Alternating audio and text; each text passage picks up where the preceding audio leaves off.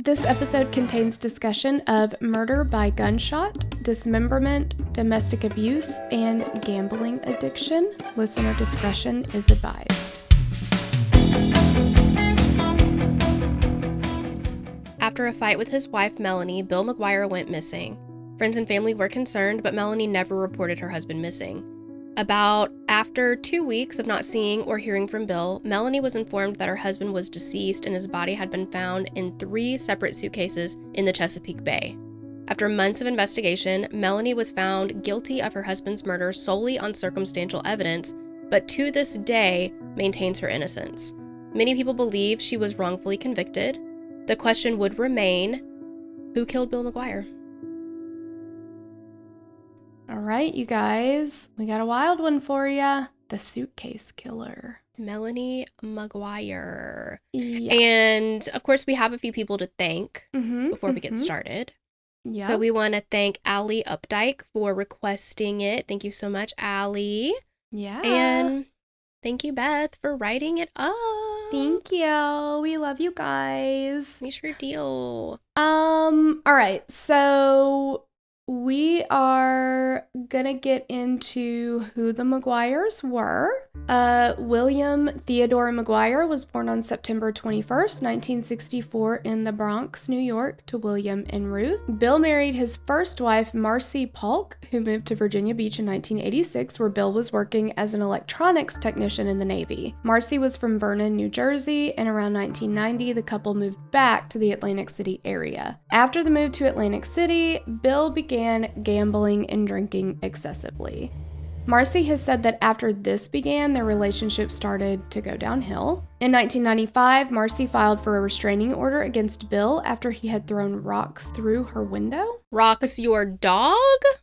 Or... That's animal abuse. Mm-hmm. We don't throw rocks through the window. No. The couple divorced shortly after this incident. So then Bill met Melanie, where they were both servers at a restaurant. Bill was a highly sought after server. He was known as the rude waiter, and people liked that. Unless you're going to somewhere like Dick's Last Resort, those Right. restaurants where they you pay for them to verbally berate you. Mm-hmm. I don't get why you would want, let me have the rude waiter. Yeah, let me have the rude guy. I mean, I guess he did it kind of as a bit. I mean, I would think, because unless you're just a jerk to everybody and people are like, oh, I love this guy, he's just such a jerk to me. It's got to be almost like that scenario, I would think. I don't know. People there's a 2020 on there's a lot of stuff you can watch on this case. There's videos out there. Melanie has done a lot of interviews, press interviews. There's a long form podcast on it by the ladies behind Women in Crime. It's called Direct Appeal. They've got a second season out now on a different case, but the first season is on this case. But in the 2020, they talked to a lot of Bill's friends, and they're all like, Bill was really funny when you got to know it. You know, he was kind of that, the way that everybody described him was he was kind of abrasive, maybe, if you didn't know him. And then once you got to know him, I'm a nice guy. You kind of understood that. And he was a really great friend. I mean, people loved him.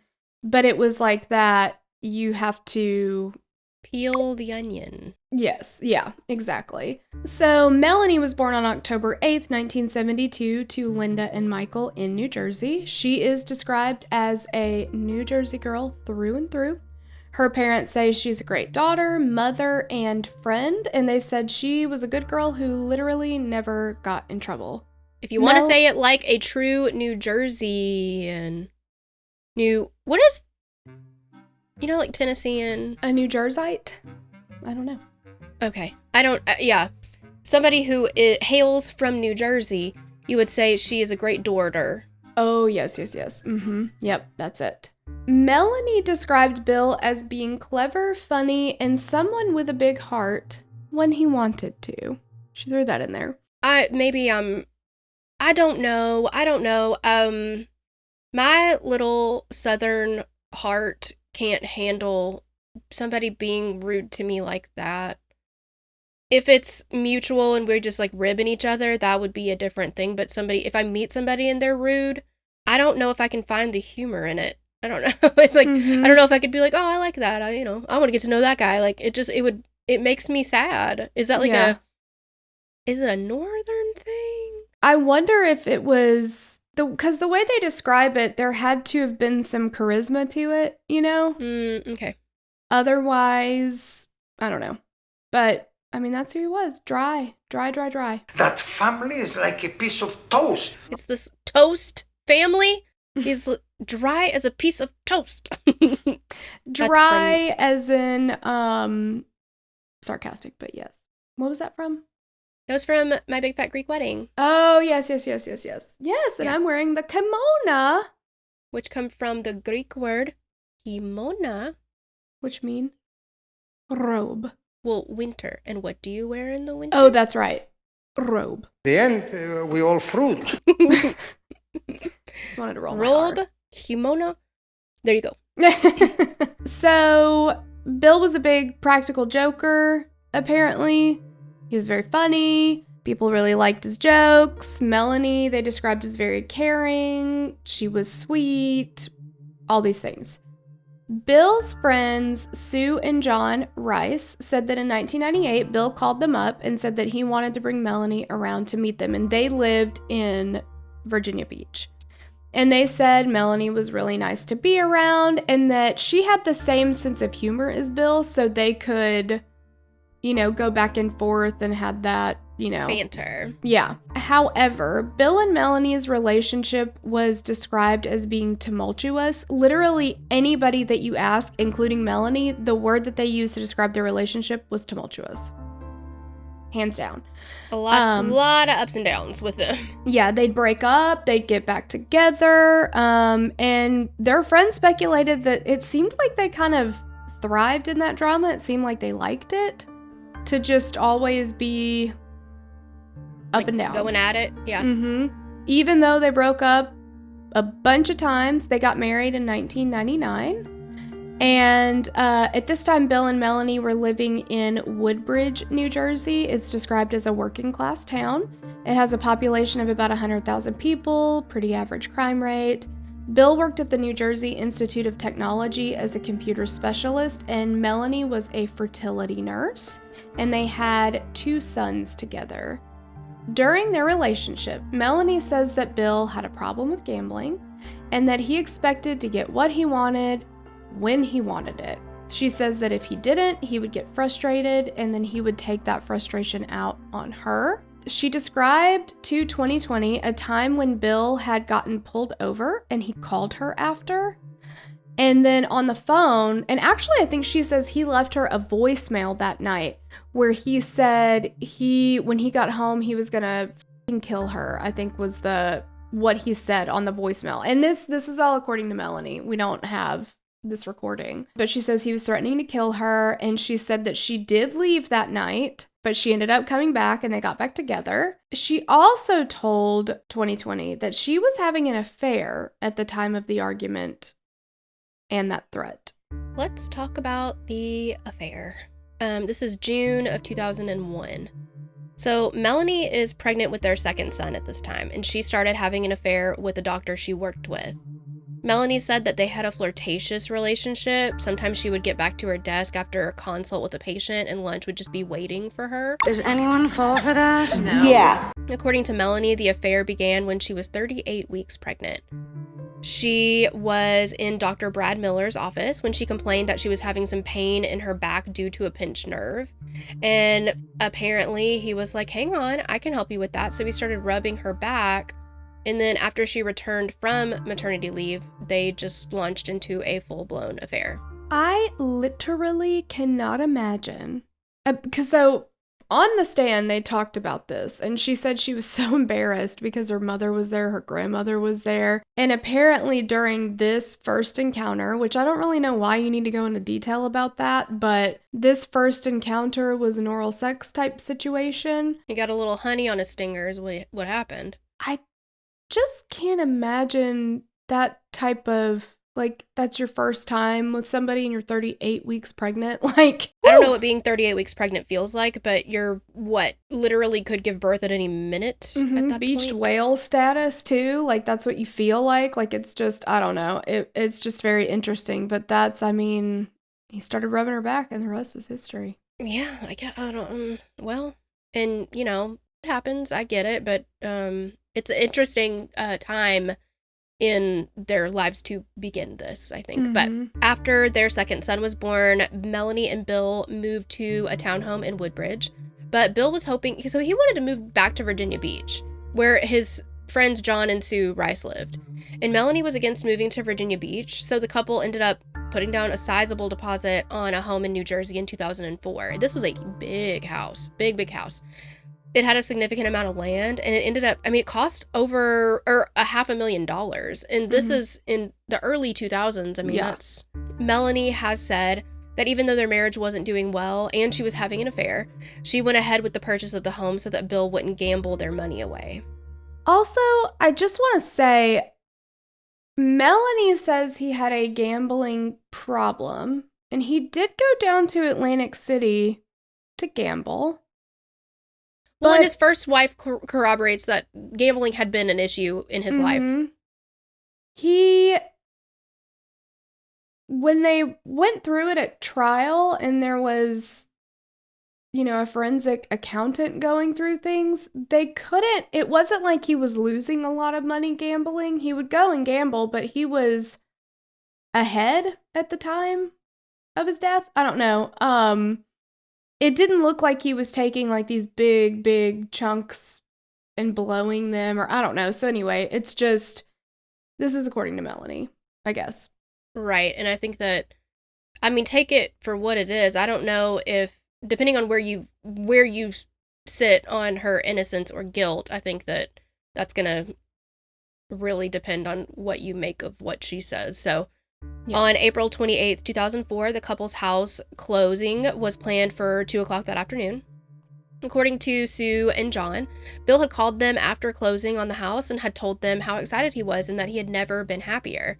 Melanie was in constant communication with Brad, the doctor, and he was begging her not to buy this house. The two were biding their time to be together, and Melanie told him not to worry. She told Brad that she was planning on talking to Bill later that evening after he woke up. She said that he had some red wine and he was asleep at that point. So Bill and Melanie end up having a big fight in the early morning hours of April 29th.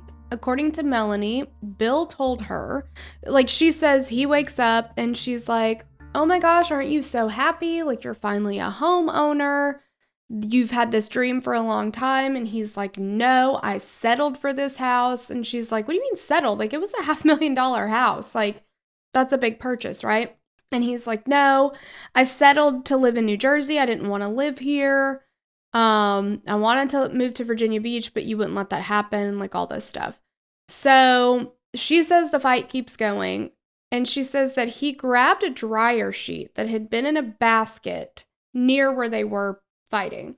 And she said that he had a thing about dryer sheets, that he viewed them as lazy because she wasn't using liquid fabric softener, and that she used these dryer sheets and he had a real big damn problem with it. Well, and she also mentioned that he was worried that their kids, who were very young at the time, would choke on them or something. And this basket happened to be a basket of the kids' clothes. And so he sees this dryer sheet in the kids' basket and it incenses him. And he grabs it and tries to shove it like down her throat. Like he shoves it into her mouth. And then she says he slaps her across the face. And then she said she turns and looks and their 2-year-old is standing there. So she grabs her son, she locks them both in the bathroom. And she said while she was locked in the bathroom with her son, she said Bill was going up and down the stairs. It seemed like he was packing stuff, taking it to the car.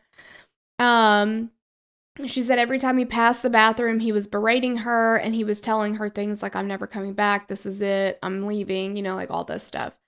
And she said the last thing she said to him was, "Stop." So after Bill left that night, Melanie assumed that he went to Atlantic City to gamble, but that he would be back. And the next morning, after the fight, Melanie took her sons to daycare and started to try to figure out how she was going to live her life without Bill, even though she assumed that he would be back. That same day, which is April 29th, Melanie sought out a divorce attorney, and at the advice of her divorce attorney, Melanie didn't file a missing persons report. On April 30th, at the advice of a friend who was also an attorney, Melanie filed a restraining order against Bill. During the hearing, she told the judge that Bill had slapped her, and when asked if she was aware of any firearms in the home, she said that she didn't think that they had any. She was not aware that they had any guns, firearms, whatever you want to call them, in their house. So in the days following Bill's disappearance, Melanie moved out of the townhome, and there's some speculation. I don't know if she moved out and moved into their new home or not. I think she moved in with her parents. Yeah, she moved out of the townhome, though, with her two sons. Yes, yeah. So on May 5th, 2004, a couple of men went out fishing with one of their sons, and they went out on the Chesapeake Bay on a boat by the Chesapeake Bay Bridge Tunnel. They anchored at Fisherman Island, and this is the southernmost island on the Delmarva Peninsula and is located at the entrance to the Chesapeake Bay. And it's about 300 miles from Woodbridge, New Jersey, and it's about a 5-hour car ride. After the men anchored and began fishing, they see a suitcase floating in the bay, and they assumed that it had likely, fallen off the top of a car and landed in the water. So they tried to bring it into the boat, but it was pretty heavy. Eventually, they were able to get it into the boat, and they see that it's a dark green Kenneth Cole suitcase. It was in really good condition. The young boy that had been with them really wanted to open the suitcase. He thought they'd found buried treasure, kind of thing. This is very exciting to him. Bless his heart. And he'll never see treasure the same ever again, or think about it the same way ever again. Oh my gosh. So they unzip the suitcase, and they see that the contents of the bag were covered with a black trash bag. So the little boy rips open the bag, and of course, he sees something that he was not expecting. Inside the suitcase was a pair of human legs from the knee down. Goodness. My God. So they called 911. Once the police arrived and saw what was in the suitcase, they assumed there would be more suitcases to follow because this is only part of the body. On May 11th, 2004, a student was at Fisherman Island when she found a dark green Kenneth Cole suitcase. She was curious about the suitcase, so she opened it up, pulled back the black garbage bag, and was immediately hit with the smell of decomposition. She didn't open the bag any further, and she called 911. The suitcase was then transferred to the medical office in Norfolk, Virginia, where the contents were reviewed. Inside the second suitcase was a torso with the arm still attached and a head. The face was somewhat identifiable, but it had been submerged in water, so it was very bloated. The medical examiner determined that the victim had been shot twice in the torso and then once in the head. 2 wad cutter bullets were recovered from the body. Wad cutters are a special purpose flat-fronted bullet designed specifically for shooting paper targets at a really close range. They have gained popularity for use in self-defense guns. It's not super common, but it can be done. I'm no gun expert, but I've never heard of no wad cutter nothing. This is the first time I've ever heard of wad cutters, and it's like a big part of the case, but I never heard of them. On May 16th, 2004, a third suitcase was found by a fisherman. Inside this dark green Kenneth Cole suitcase was a pelvis and legs cut off at the knees. After the third case was found, investigators began looking through missing persons cases, hoping to find out who this was. They focused heavily on the military because there was a large military base near Virginia Beach. The police then decided to have a sketch artist draw up a rendering of the man's face to put out to the public. So on May 21st, 2004, Sue and John Rice, remember Bill's good friends, they see this sketch on the news because they live in Virginia Beach. And Susan knew, that Bill had not been seen for a couple weeks, and she thought this sketch looked just like Bill. So she calls her husband, John, and says, "Take a look at this. I think it's Bill." And he's like, "I don't think that looks anything like Bill, really." And she's like, "Call Crime Stoppers. I think it's him." You could tell? Looks just like him. So police run his name, and they find that he had been arrested in the 80s in Virginia for reckless driving and had been charged. And because of this, his fingerprints were on file. So they were able to match his fingerprints with this body, and they determined that it was, in fact, Bill McGuire in the suitcase. Good for Sue, man. I mean, she She knew. And they mentioned Bill had this like small red mark on his cheek. Yeah. Uh-huh. That was kind of an identifying. Yeah. Yeah. That's true. Mark on his face. And so I think that's what Sue said. She was like, he's got that mark on his face, and in the sketch, they put it in there as well. So now that the police had determined who the body belonged to, they needed to tell Melanie. Melanie was called into the police station. She was told that Bill was deceased, and the police said that Melanie never asked how he was murdered, and they found that to be concerning. Melanie said that she was in shock, and the police wanted to speak with Melanie, and she agreed to an interview. Melanie brought her divorce attorney with her as well as another criminal attorney from the law firm. Investigators say that it is unusual for somebody to bring these types of attorneys for this kind of interview. Investigators said that Melanie was nervous and would make impressions like she was crying. Would make expressions like she was crying. And we've heard about this kind of stuff before. You can act all day long, like, ooh, and like pretend like you're crying, but there were no tears. Do you know that I can see you right now? Yeah. You can see that there's not one single tear, and it should be noted that on May 25th, 2004, Melanie officially filed for divorce. So during the interview, Melanie was asked if she had any luggage, and she told them, no, we don't have any matching luggage, which, true for me. I don't got one set of matching luggage, personally. But like, and also, how much luggage does a typical person own, right? Like, I wouldn't think so many that you could be like, we got a lot of luggage, but I don't think any of them match. I don't think any of it matches, right? So the next day, Melanie suddenly remembers that yes, they did in fact own a set of matching designer luggage, and so she calls investigators. She lets them know. She was shown a photo of one of the suitcases found in the bay, and she was like, yes, that belongs to me and Bill. And Melanie also told the detectives that Bill had a knack for pissing people off, which might be one of, I believe this statement from Melanie. Yeah. And, you know, we've said this several times. Not every single person who's been murdered is like a perfect angel. We're all human. So, you know, there are some people who have a knack for pissing people off. Absolutely. And I mean, you could be an amazing person and still have enemies. Like, you know, like it can happen. Right. But she also asked them where they found Bill's vehicle, and they were like, we haven't found it yet. So Melanie says, you need to start at Atlantic City. I think that'd be a good place to start for you guys. And she told them that Bill had a gambling problem, and she believed that he was in with the wrong people. So the investigation is continuing, and the Virginia police turned the investigation over to the New Jersey police because Melanie is now their main focus. There was evidence found against Melanie pretty quickly, but all of it was circumstantial. First, as soon as Bill's body was released to her, she has it cremated immediately.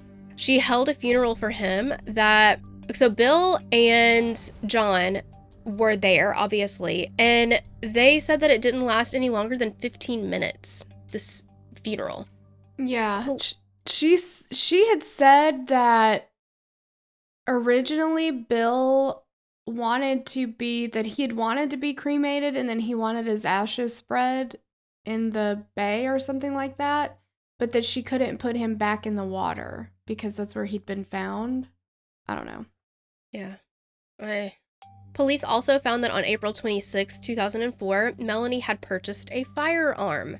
There were no records of her buying a gun in New Jersey, but when they expanded their search to include Pennsylvania, they found that she had done it there. Melanie purchased a Taurus 38 Special as well as wad cutter bullets. Which are not super common. Right. Melanie's attorneys had advised her to not offer that information to police unless she was asked about it. And then when she was asked about it, Melanie told police that Bill wanted her to buy the gun for him because he was a felon and he couldn't do it himself. The police decided to wiretap Melanie's phone as well, and that was how they discovered her affair with Dr. Brad Miller. The police had 40 days of phone calls totaling 500 hours where they heard cryptic messages and calls. Dr. Miller had become a suspect as well at this point, but when he was confronted, he said that he had nothing to do with it, and they asked him to prove it by wearing a wire, and he agrees. Dr. Miller spoke on the phone with Melanie while he was wearing a wire, but she never admitted to anything. The police also got in touch with a friend of Melanie's from nursing nursing school, Jim Finn. Jim was someone who Melanie talked to only when she really needed something, and she knew that whatever she needed, he would do it. I don't know if this is a case of beer-flavored nipples, but it kind of feels like it. Mm-hmm, a little bit. Jim knew about guns, and in February of 2004, Melanie had asked some questions about guns. Jim also agreed to wear a wire, but again, she revealed nothing. Police cleared both Dr. Miller and Jim Finn as they believed that they had nothing to do with Bill's murder. Yeah, and the police found out when they tapped Melanie's phone that Jim Finn did not even know that she had bought the gun. Like, she had asked him some questions about it, but he had no idea that she'd ever bought it or anything. So they felt pretty confident that, because it actually made him mad that she bought it and didn't tell him, and all these things were happening and stuff like that. So, in January of 2005, the police tracked Melanie's movements via her Easy Pass. And we don't have a toll system here in Tennessee, but in many states there are. So this is one of those little things that I guess is like up in your windshield, and as you go through the toll, it just charges your account or whatever. Yeah, I'm remembering in Florida, there's something called a Sun Pass, I think. Mm-hmm. Yeah, and I think it's a Peach Pass in Georgia. Adorable. I love that. I know, it's really cute. So, they found that she had taken 2 trips to Atlantic City. On April 30th, Melanie tells police that she drove down to Atlantic City to look for Bill's car after their fight. She said that she saw his car from the freeway and she decided to move his car. And she says this is something that they did to each other just to be assholes to each other. If they were mad at each other, they would move each other's cars so that they would come out of wherever they were at and not know where their car was. This is exactly what happened in Never Been Kissed. What? Is it? Remember when Josie Grossi goes to the high school for the first time and the lemmings, they would move. Remember? Why can't I think of Lily Sobieski's name in that movie right now? But anyway, she was telling her like, yeah, they like to take your car and move it to like an undisclosed, so they put it on the football field and the marching band were practicing, and then she's like, they also like to disconnect your battery too. That's interesting. When did that movie come out?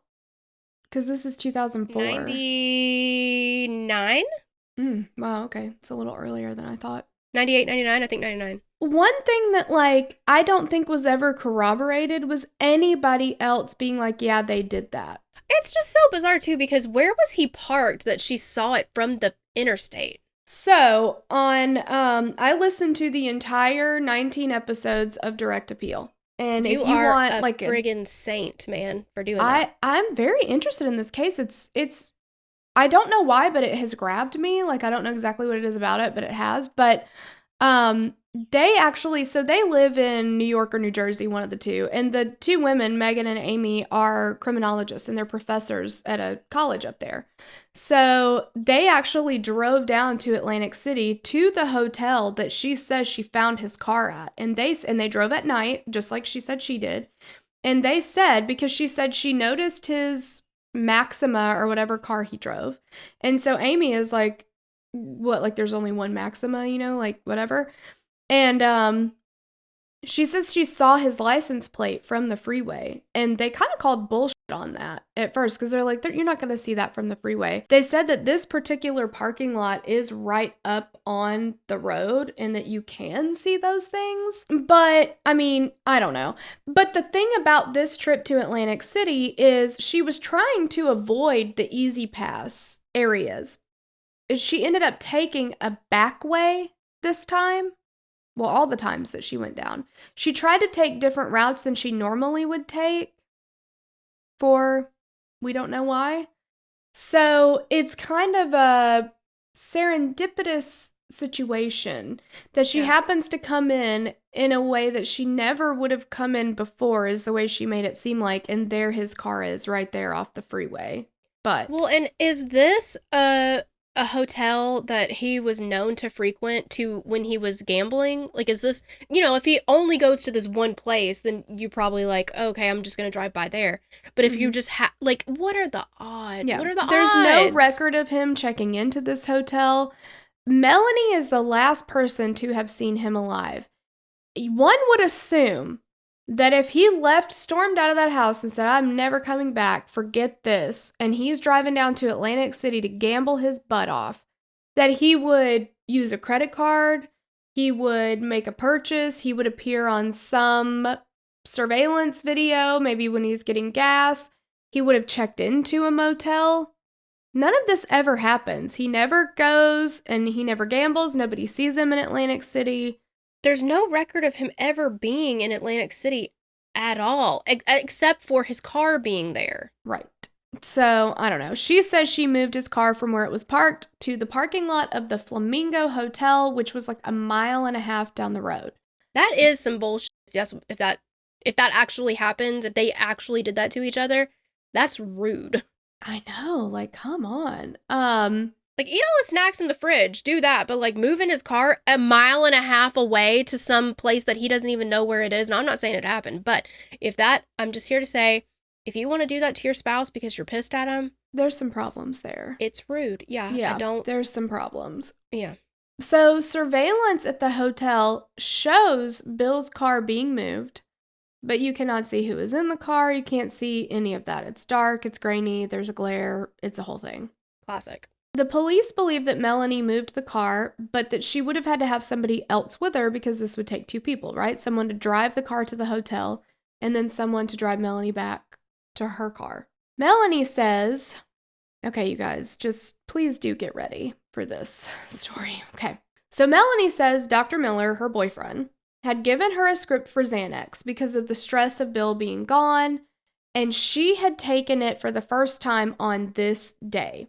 So she allegedly, the way she tells the story now, is that she takes the Xanax, then she drives the 2 hours almost to Atlantic City to move Bill's car from here to right over there. And then around 1 a.m., she says, well, this is when she moves the car, but so after she moves the car, she says she realizes I'm too fucked up to drive back home. I've taken Xanax and I don't feel comfortable driving right now. So instead of getting a hotel room somewhere in Atlantic City, because this is where her car is, and she had just so happened that morning or that afternoon at some point during the day to go to their bank account and pull out half of the cash that was in it, or pull out half the money that was in it in cash. She had a shit ton of cash on her, apparently. I don't know how much, but she had a bunch of cash on her. So instead of getting a hotel room where she is, she takes a cab back to New Jersey, Woodbridge, New Jersey. How's she going to get her car after that? Is she going to take another cab back to where her car is that she's abandoned at this point? That's exactly what she says she did. She gets this cab for $150. She tells them, drive me to the train station in Woodbridge because then I can take the train back to Atlantic City. But then she says as they get close to the train station,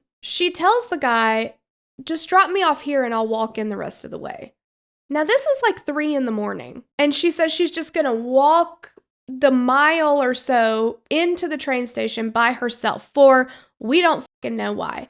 Then she says she's approached by some random man. She says neither of these drivers were with cab companies. They just were drivers, private drivers or something. She said basically like Uber would be now. I could hook you up if you want to be an Uber driver. So this is just a random guy that comes up to her and is like, hey, do you need a ride? And she's like, yeah, actually, I need a ride to Atlantic City. And he says, well, I'll take you there for $200. And she's like, okay, great. So she drove to Atlantic City, moves the car. She's too messed up to drive. She takes a ride up to Woodbridge, gets off a ways away from the train station, immediately turns around and comes back to Atlantic City, all alone in the middle of the night for a prank. I don't believe this. Neither do I. She never once calls Bill. She doesn't even call him before she goes all the way down to Atlantic City to see if that's where he is. 2 hours is a long time to be let me just run by there and see if that's where he is. Yeah, absolutely. I have a question. I've never taken Xanax. Have you ever taken Xanax? Mm-mm. Yeah.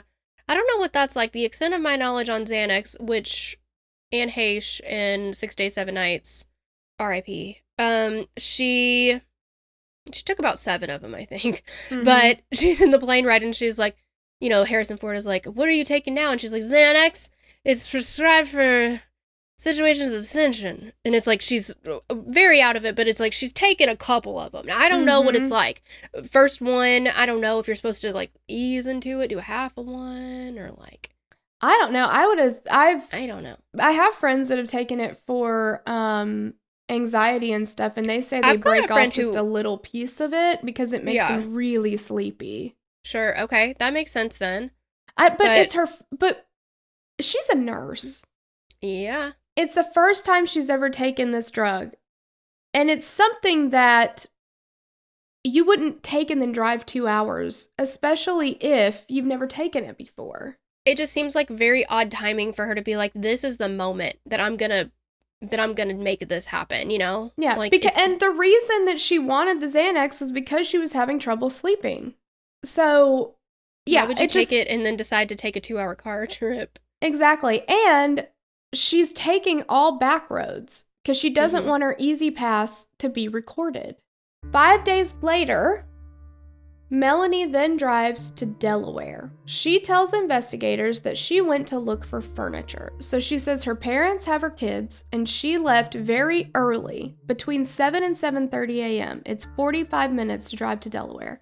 She said she needed new furniture because at this point, she's sold all the furniture they had in their townhome. She's moved out and she sold everything. She didn't want any of it. She sold all Bill's shit. She sold everything. And her mom says, go to Delaware. There's no sales tax there. That'll be the best place to go get new furniture. And Melanie's like, that's a good idea. Let me do that. So she gets up 7:30. She's out the door. She drives to Delaware. She gets to Delaware and then she's like, what was I thinking? They don't open till 10 o'clock in the morning and it's only like 8:30. None of the stores are even open right now. What was I thinking? Because they say, okay, well, what furniture did you buy? That'll be easy to corroborate. You know, we can get a receipt or whatever. I never made it into any of the stores. See, I was too early. And then Brad called me and I said, hey, Brad, how's your day going? And he said, oh, just another Tuesday. And she's like, Tuesday? Oh, no. That reminded her that she had lunch with her best friend Celine in New York City that day. And so she says, well, I gotta leave right now to make it in time for my lunch. So she drives to Delaware. She gets there way the too early to go to any stores. And then she immediately leaves without ever having even set foot in any of the stores to make this trip to New York City to have lunch with her friend. Well, that didn't happen. She ends up getting to the city like an hour before the lunch was supposed to start. And she made a purchase in New York City, which the cops say was just to build an alibi or whatever. It's just interesting because it's like, I don't know, if you and I had lunch scheduled, but I was like out of town, you know, because this is 45 minutes from Woodbridge, but it's even further from New York City. Dude, let's just do it another day. Yeah, hey man, I'm really sorry. I completely forgot about today. I came to Delaware and I've driven all this way. You know, like whatever. I don't know. And yeah. I mean, I don't know. At this point, can't you, this is internet days. Can't you get on the internet and be like, what are your store hours or something? Like. Yeah, that may have been like MapQuest. Well, definitely would have been MapQuest time, but 100%. I guess not everybody had but you can call, there's a phone book, you could look it up and be like, what time do they open? I mean, it's ridiculous. And the fact that, so she gets to Delaware an hour before anything opens, and then she also is like, oh, my lunch. And so she drives and then she gets there an hour too early. It's like, she's not a good time management. Doesn't feel person. that way. The road that Melanie drove to get to Delaware is the same road that would take her to the Chesapeake Bay Bridge and Tunnel. The day after Melanie takes this trip, the first suitcase is found in the bay. Now remember, it's like 300 miles away though, so I don't know, but anyway. It should also be noted that she attempted to obscure the Easy Pass record by paying cash at some of the tolls, and then she called Easy Pass. During the investigation, she has met with investigators. She calls Easy Pass, and it's a recorded call that they have, And she tried to have them remove the Easy Pass charges from her account because she didn't want the police to know that she had gone there. Bold move, Cotton. Yeah, she says she did that because she knew that it looked suspicious that she went down there, and she just went down there for a prank, and it was no biggie and the whole thing, but she knew that it would look bad for her, so that's why she tried to go through the ones where you could pay cash, but apparently it still recorded her thing and showed up on her account, so she called to dispute them to have them removed. The townhouse that Melanie and Bill were living in before his disappearance and murder was searched using luminol. They also pulled walls, piping, and the floors looking for any evidence that Bill was murdered in the Woodbridge townhouse, and they found absolutely zero forensic evidence. Goose egg, bupkis, nothing.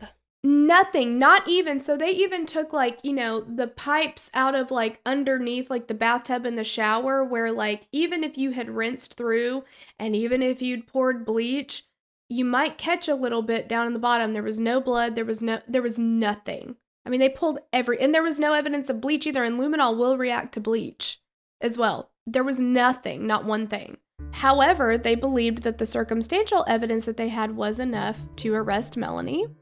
So they surveilled Melanie on June 2nd, 2005, and after she dropped her children off at school, she was arrested and charged for the murder of her husband.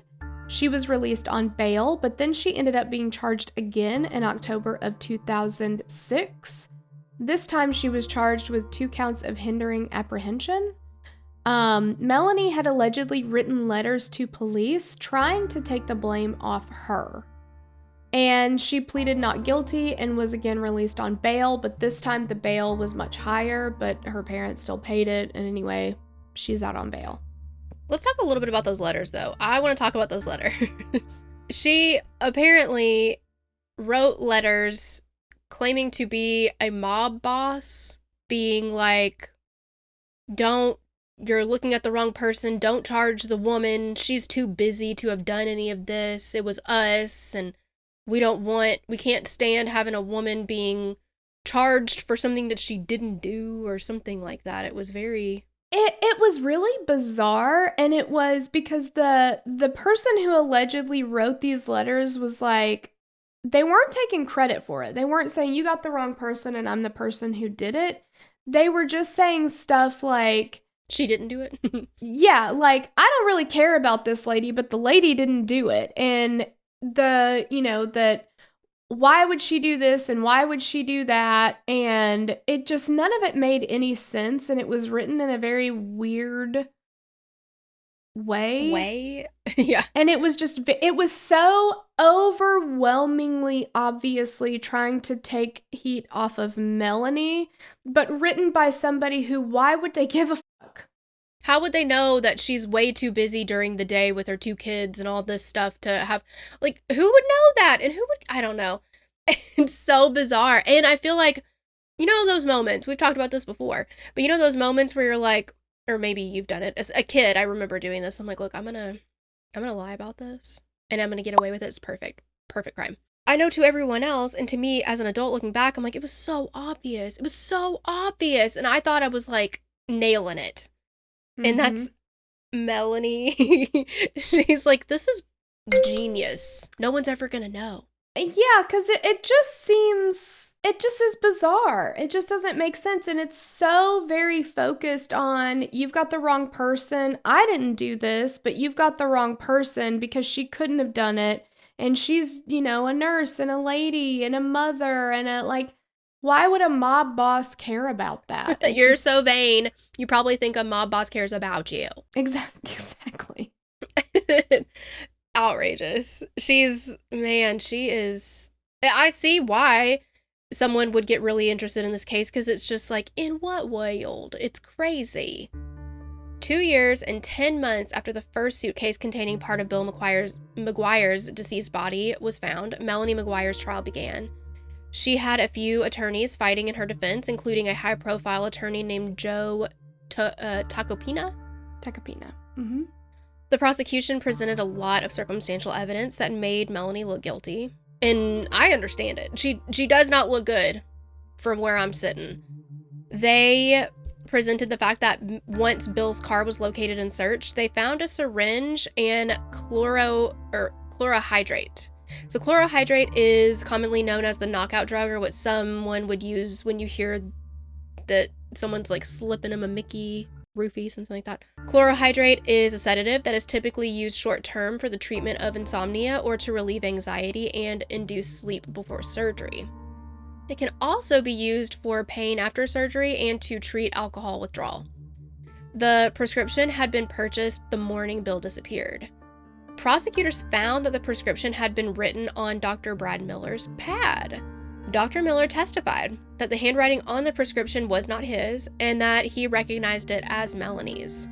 The prescription was also written in a patient's name at the fertility clinic that Melanie worked for and had all her correct demographic information except the phone number, which was one number off, and the address, which happened to have been one of Melanie's like first known addresses outside, right? Like her first apartment or something. Yeah, the address was the address was a Melanie. The address was an address that Melanie had a history with.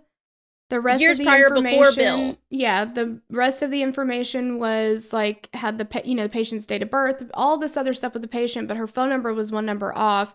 Presumably so that the pharmacy would not call this person and be like, your prescription's ready. And she'd be like, what? I don't have a prescription. Like, that doesn't Or make like sense. go pick it up and whatever. Right. Absolutely. Yeah.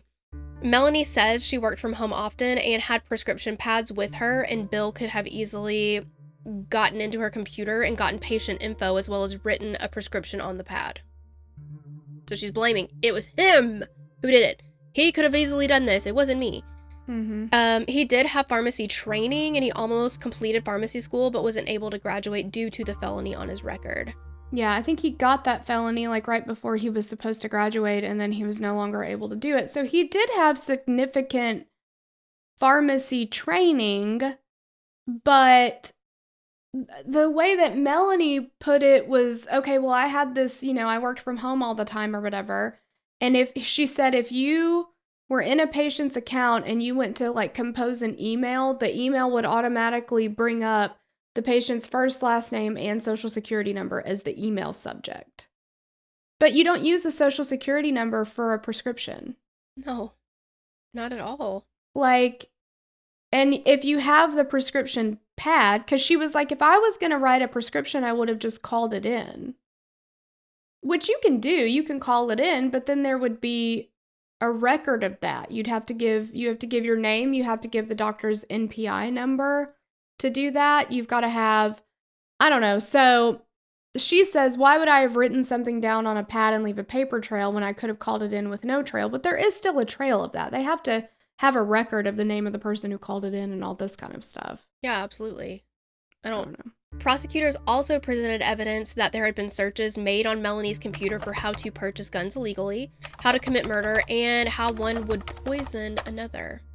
But the big issue with this was that Bill and Melanie both used the same computer. So they could not tell if Bill had made those searches or Melanie had made those searches. So, I mean, understandably so, if it's a family computer, yeah, unless you have two users, you don't know. Right. And the searches were like undetectable poisons and stuff like that. But there was another search that Melanie says was in the search history, but that this was not presented at trial. And it was around the same time, and it was unfaithfulwife.net. And supposedly Bill, she doesn't know if Bill knew about her affair or not. It wasn't like open knowledge. She had they had prepaid phones that they talked to each other on and all that kind of stuff.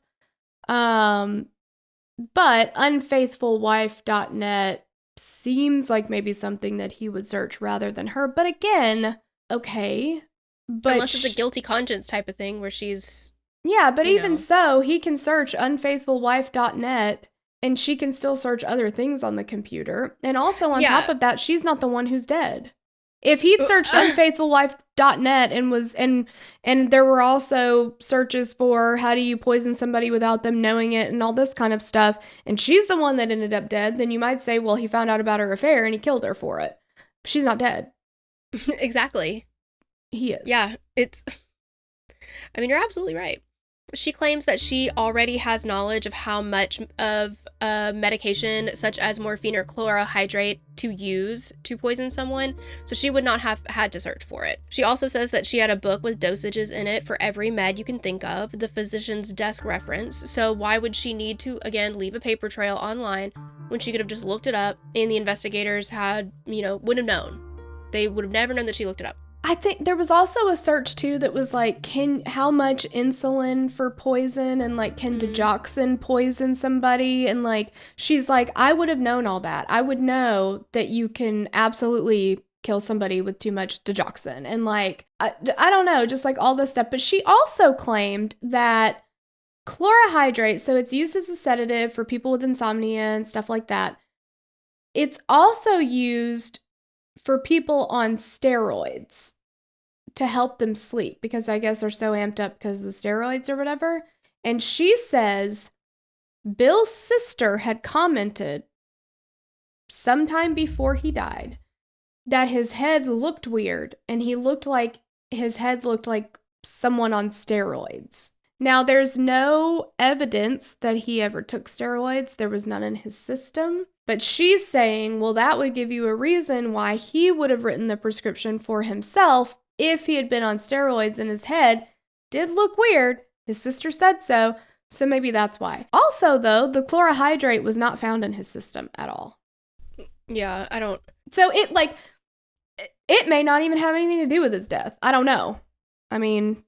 But it is just funny to me that Melanie has such a way, like this, it's very common for her to be like, well, so-and-so said this, so take me for my word, but she has nothing to corroborate it at all. And again, like you said, the glaring reality that she's not grasping is you didn't die, Bill did. Right. So this like victim mentality that she's got, where it's like, well, look, I mean, he made all these searches about me, and he's the one who got the prescription and all this kind of stuff. But did you die? No, you didn't. So she also says that there was no way she could have had time to go get that prescription because she had dropped both of her kids off at school that morning. Ask the mob boss. She's busy. Yeah, exactly. And that was one point that they brought up in the direct appeal podcast, and I liked that they did like 2 episodes where they had people just write in, like, because there's people of all kinds of backgrounds that listen to these kind of shows, right? So they had people write in, because Melanie's big thing about the prescription was she could never have picked it up, because if you go back and look at the records at the pharmacy or whatever, that it said that it was dropped off at like 8:30 in the morning, and she's clocking in at the daycare at 8:26 or something like that. And the Walgreens is like a mile down the road or so. I don't remember the exact specifics, but she's saying, I had 2 kids to drop off. It takes, 15, 20 minutes at least to get them dropped off. You have to physically walk them in, sign them in, put their stuff in the cubbies, give them a million hugs, whatever it is. She's like, I couldn't have made it to the pharmacy by 8:30. I could not have picked it up. It's physically impossible. So somebody who works at a pharmacy wrote in, and they were like, actually, the time that the prescription was received does not matter. It could have been sitting in a stack from the night before, and it's just the time that that person went through and did it. That time just means the time that the person entered it. It means nothing about when it was dropped off. It could have been dropped off much before that. Could have been dropped off days before that. So, or the day before that or whatever. So there you go. And I don't know how things are everywhere, but I know for a damn fact here, if you can pick up anybody's prescription as long as you know either their date of birth or their address. Yeah. Mm-hmm. Yep. So, I mean... Mm-hmm. Bill's car also had also turned up pieces of flesh called human sawdust. I don't like this term. No. Human sawdust is described as being pieces of skin that are deeper than what we typically shed, and it is reportedly not something that would just be left behind in your car. Just apparently naturally. The prosecutor made this term up. There's no such thing as human sawdust, and there's a lot of speculation as to whether the skin cells that they found are actually stuff that you would shed or not. I don't know why that even matters. There's a lot of because stuff we in this know where I'm that like, he I don't was know why this- dismembered. Yeah, that's not a point for or against anybody. Of course, Bill's like DNA is going to show up in his car. It was his damn car. But also, if you were to find Bill's blood in the car, I would expect that. He was cut up into pieces. Like, Oh, yeah, absolutely. yeah, I don't know why that was such a big deal. I think it was just to get the jury, amped up. Oh, for sure. Like, look at how many points we have for she's guilty. Mm-hmm. And, yeah. Overall, Melanie's trial lasted 7 weeks, and there were 81 witnesses called. And, of course, Dr. Brad Miller was one of the witnesses, and he testified that he had a 3-year affair with Melanie, and that at one point he did receive, like we talked about, oral sex, got a little honey on a stinger in his office from her. And Melanie was not, she wasn't happy about him flipping and turning on her at all, obviously. No. Dr. Miller also testified that he was unaware that Melanie had purchased a firearm and stated that he didn't know about the rendezvous at the Flamingo Hotel at the time she made the trip. Melanie has stated that, of course, she was very, very hurt that he testified against her, and they have had no contact since his testimony. On April 17th, 2007, both sides presented their closing arguments. The prosecution accused Melanie's stepfather as being her accomplice as well at this time. On April 23rd, 2007, Melanie McGuire was found guilty of murder in the first degree of her husband, Bill. She was also found guilty of perjury, the desecration of human remains, and the possession of a weapon for an unlawful purpose. She was, however, acquitted of the charges of hindering apprehension, tampering with evidence, and possession of Xanax without a prescription. On July 19th, 2007, Melanie was sentenced to the max sentence of life in prison plus 5 years. She was 34 years old at the time. She is currently serving her sentence at the Edna Mahan. I kept thinking it was Ed McMahon, is what I kept hearing. Yeah. Yes, Edna, oh God. Edna Mahan, however you say it. It's a correctional facility in New Jersey. It sounded to me like Ed McMahon, and I'm sorry about the butchering of that. Tori, tonight we're not thinking. We're doing. Melanie is eligible for parole on May 20th, 2073. At this point, she has exhausted all of her appeals, and the New Jersey Supreme Court has denied her petition for sentence relief. There was an application for a federal appeal that was rejected in December of 2021 as well. And like we said, Megan Sachs and Amy Schlossberg, the host of Women in Crime, have another podcast called Direct Appeal where they discuss this case in detail. Both women believe that Melanie was wrongfully convicted, and they hope that their podcast helps to free her. One of the biggest reasons they believe in her innocence is the fact that the gun Melanie purchased was not confirmed to be the murder weapon. They weren't able to test this gun. The gun was never recovered. So there was no search on the serial number on her firearm, and Melanie's gun was said to have 5 lands and grooves that it would produce, and the bullets recovered from Bill's body had 6.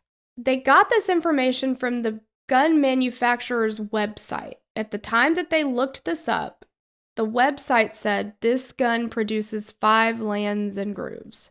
Which are those little ridges in the bullet after it's been fired. Right. So after this case, that website has been updated to say 5 to 6. Some people find this very suspicious. That why would they change it after the fact? I mean, I don't know. Is that an exact, is it always 5? Or is it 5 to 6? Some 5, some 6, and they never updated it before. And then they were like, well, we need to update it now because, this could be used like for something. This is a Together, the movie moment, where it's like, tell me, Melanie, I really, really need to know. Does your gun always have 5 lands and grooves? It sometimes has 5 lands and grooves. No! Yeah, the prosecution says this was just a manufacturer error, and it was Melanie's gun that was used because they do say now that it's 5 to 6, but there are those who think no, that it was updated after and that's suspicious.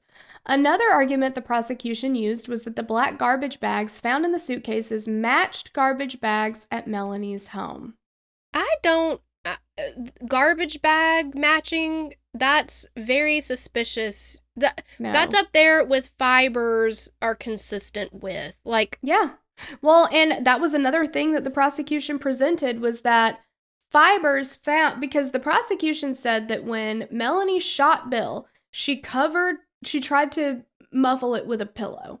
And they said, because Celine, her best friend's like nephew or cousin or somebody, is who bought the furniture from their house. So they go and they look at this furniture and there's no blood on it. There was a mattress, there's no blood on that, like none of this stuff.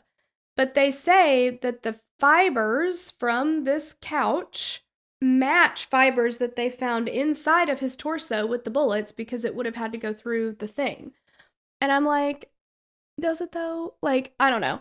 And the prosecution got a plastics expert on the stand who did certain tests. In these tests, he say, tell him that the bags that Bill's body was found in and the bags what did I say? These tests, he say, these bags. It's possible because now I'm getting all over the place. He said that these bags, the ones from Bill's body were in and the ones from Melanie's house or their house, would have had to have been created in the factory within 30 minutes of each other because of where, like, if you hold the bag up in the, like, you know, in the light, you can see certain, like, lines and whatever, and he says that this is how they're done, and they would have had to have been on the same run within 30 minutes of each other, and blah, blah, blah, blah. Well, some woman, who's also a plastics expert, happened to be watching the trial on TV, and she was like, that's not true. That's not how that works, because there are 2 or 3 tests that you would have to run. Like, you can look at those things and say, yeah, they're close and maybe, but she consistent with. Yeah, but she said there are other tests, 2 to 3 other tests that you will not know that they're a match unless you do these tests. One of them was gas chromatograph spectrometry. Yeah, I thought of you when I heard it. Oh gosh, gas chromatograph mass spectrometry. Yes, that's one of them. And so she's like, if you don't run that, then you don't know that these are a definitive match or not. I love gas chromatograph mass spectrometry. That's my favorite thing. I also have a favorite fiber, and it's a red trilobal fiber, in case anybody was wondering. Absolutely, yeah, the trilobal fibers are the best. So to me, how many people have fucking black contractor bags at their house? Everybody does. Like, and the if you buy them in a certain area, you know, certain areas, like here we have a lot of Kroger's and a lot of Publix and stuff like that, Dollar Generals. Up there, they probably have different, you know, brands of whatever, but typically you're going to have like the name brand of something and then the store brand of something. So, you know, like, okay, black bags. What's more damning to me is that the suitcases he was found in are the suitcases from their home. 100%. A random person wouldn't have gotten those. Now, she says she thought he was packing stuff up. Well, okay, sure. But did they find any of the clothing that he packed up in the car even? Like if somebody had dismembered him, according to her, if they had dismembered him, where's all the shit he put in the suitcases to make room for him? Yeah. And he was also found, some of the body parts were found wrapped in blankets from the fertility clinic that she worked in. Which again, she says they were in the process of moving. They had just closed on that house. They really hadn't, I don't know, maybe they were packing stuff up at that point. But she says he would have had the suitcases in his bag because he had packed stuff up because he was leaving forever. He would have had the garbage bags in his car because they both had garbage bags in their cars because they were moving. And that he would have had those blankets with him because they were using those to wrap around some like, fragile items or whatever. I don't know. One thing, I mean, the thing that gives me pause in this whole thing, I think Melanie absolutely had something to do with it. And if you listen to direct appeal, Amy believes that she had something to do with it, but she doesn't believe that it occurred the way that the prosecution claims that it occurred. And so her thing is, like, conspiracy or murder for hire in New Jersey, the max sentence is like 10 years or something like that. So she's like, yeah. And she's like, based on that, this is a wrongful conviction because I think she should have been charged with that. I don't think she actually killed him.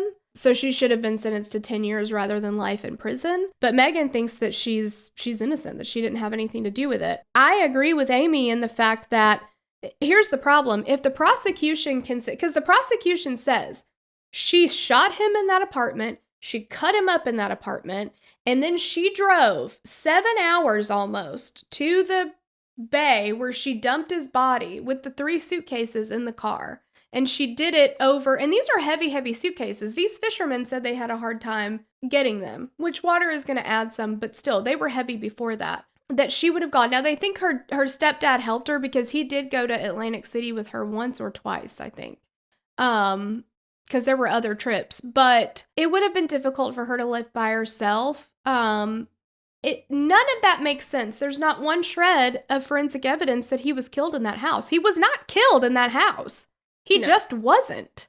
So Amy believes, and I believe this too, that she paid somebody to do it, and that the trips to Atlantic City were, because she said her second trip to Atlantic City, her third trip. So remember, she made the 2 in the one night when she went to move his car. She goes back, then she comes right back. She makes another trip a couple days later to Atlantic City. And this time she says her dad comes with her. And she's like, my dad is just, we would always take rides and whatever. So I said, Dad, you want to take a ride to Atlantic City? He's like, sure, let's go drive around or whatever. How she has time to do this shit when she has 2 kids, I have no fucking idea, but. Well, and we have heard from multiple people that she is busy, so. Busy. So they just go for a 2-hour each way joyride to Atlantic City. She said she didn't tell her dad that she had moved his car because she wasn't proud of it and it was petty, but she wanted to see if his car was still where it was. And by the time she went back down there a few days later, it had been towed from where she moved it to where the police ended up finding it. To me, that third trip was, I think she just wanted to know if his car had been found because she had not been notified yet that he was dead. I think she wanted to know, do they know that he's dead? Because I think the goal was, the reason that whoever put them in the water is so that they would not have been found. Mm-hmm. So I think the goal was make it look like he ran off and started a new life. Yeah. And that just didn't happen. And Amy thinks that the Delaware trip where she doesn't buy any furniture is when she makes the final payment to whoever it is that she hired to kill him. Because remember, they bought that house that day. They closed on that house that day, the day that he disappears. And she had told Brad, he was like, please don't buy this house. Like, he's like, if you buy a house together, if you guys buy a house right now, especially something this expensive, it's just going to make your inevitable even divorce, harder. Yeah, much harder and more tangled up. And she said, don't worry, I'm taking care of it. That can mean a million different things. Absolutely. And I wonder if, because I don't doubt, I would believe that a fight happened that night. I believe that she's not telling, or she's sure she wasn't telling the whole truth at the very beginning. But the fight, I don't think, was like him being like, I can't believe you made me buy this house. I wanted to move to Virginia Beach. I think that the fight, if there in fact was one, was that she was maybe, I don't want to be married to you anymore. And then something happened, or a fight never even happened. He was passed out, and yeah. Because it does seem odd that you would. Now, she does say, and in their recorded phone calls, this is backed up by some of their conversations, that she and Brad had no plans to leave their respective spouses immediately. They both had young kids. They wanted to wait till their kids were older. So they were just going to do this affair thing for however long, I guess. I don't know. But that they were not going to divorce their spouses, and they had no plans to marry each other until much later. So she says, well, I wasn't planning on leaving him anytime soon anyway, so the house didn't matter to me. Like, it made sense to buy a house. We would be building equity and like all this stuff. But it does seem curious that for damn sure that you're leaving this man, and then you buy such an expensive house with him. Also, he called John and Susan Rice? I'm forgetting the husband's name now. I think it's John and Susan. Yes, I know Sue. Yeah. And he called them that night, and I could not be happier. I am so excited for the purchase of this house. And then he turns around and tells Like, he's close to them. I think he would have told them. They knew how tumultuous their relationship was. Well, and we've heard enough about Bill's personality. Do we think that he would just go around lying to his best friends and being like, you know what? Everything's fine. Everything is great. No, he's going to be like, I'm pissed that I have to move into this house. Right, yeah. He told other people he was the happiest he'd ever been. And Melanie says, no, he was straight pissed off. I think that she went through with the buying of the house, even though she knew that the plan was eventually to divorce Bill. And I don't know if divorce was even on the table for her, but she wasn't going to be with Bill anymore. But buying the house and then him turning up dead. And the plan was for her to not... Exactly. Now she's got... It's all hers. Everything. All the money. And maybe she thought if they did get a divorce, he would have blown through all of his money gambling. That might have been an actual concern. But putting it into a house and then him not being able to take half of it, I think that was what she wanted. Yeah, I think she knew that they weren't going to get a divorce for a really long time. She didn't want to deal with him anymore. I agree. I get that she's never been in trouble before. I get all those things, but those 3 trips to Atlantic City and a trip to Delaware where you didn't buy any furniture, but you went to another state to buy furniture, like, those are all, and the way that the Atlantic City trips happened, like, there's nothing that makes that make sense to me other than she knows more than she's telling. I think she was being nosy and trying to figure out, like, she knew I don't know why she wanted his car moved, but I think that 3rd trip was just to be like, what do they know? Have they found his car yet? Is his car still there? Like, she wanted to know where they were with things, and she'd not been notified yet. Yeah, I agree. And maybe she told what are the odds that a random person would find him in Atlantic City, kill him in Atlantic City, and then go dump his body in Virginia Beach? How would they know that he has a tie to Virginia Beach? They wouldn't. And what are the odds that these cases have traveled 300 miles in a day? Yeah, I just don't think that they got dropped on the bay in New Jersey and then went all the way to Virginia Beach. I think they were taken. And Amy says the same thing. She's like, I think somebody took a boat out and dropped them out there. Mm-hmm. I don't think that was from a bridge, and I don't think they traveled 300 miles in a day. Like, well, and I mean, I don't know if we can prove it, but I don't think that a lot of what Melanie says is truthful, because she happened upon 2 independent drivers in one night, which has never 1 o'clock and 3 a.m. Yeah, which has never been corroborated. Nobody's ever been able to find these people, and of course she paid them cash, so there's no record of it. Yeah. Trying to get the Easy Pass shit taken off, and like, it's just... And as a woman traveling by yourself in the middle of the night, a random person that does not have a yellow taxi, like, I know Uber's the thing now, but there was not a way to tell unless it was an actual cab driver with a cab company, which would have had a record of it. But she says that's not what this is. This is a random person who says, hey, I'm a driver. Do you need to go somewhere? You would not get in the car with that person at 3 a.m. And also, guess what? It just didn't happen. So it's outrageous. And if she was that sleepy, like, why not get a hotel room? It just doesn't, none of it makes any sense. None of it. Exactly. None of it makes any sense. But I mean, until another person comes forward or new evidence is found, Melanie's staying right where she's at. So. Mm-hmm. Yep. So, I don't know. You guys let us know what you think. There's a lot more to this case. I mean, there was enough that, 19 episodes. Yeah. So, if you want a deep dive, definitely check out that podcast. But she seems sus to me. So. Super sus. I don't know if I know I'm not using that right. I don't know. I don't even know what it means. Yeah. We asked our son and he said, like, fart. So, I don't think he knows that. Okay. All right. Well, we tried. Anyway. Thank you guys so much for hanging out with us. We love you, and we will catch you on the next episode. Bye. Bye.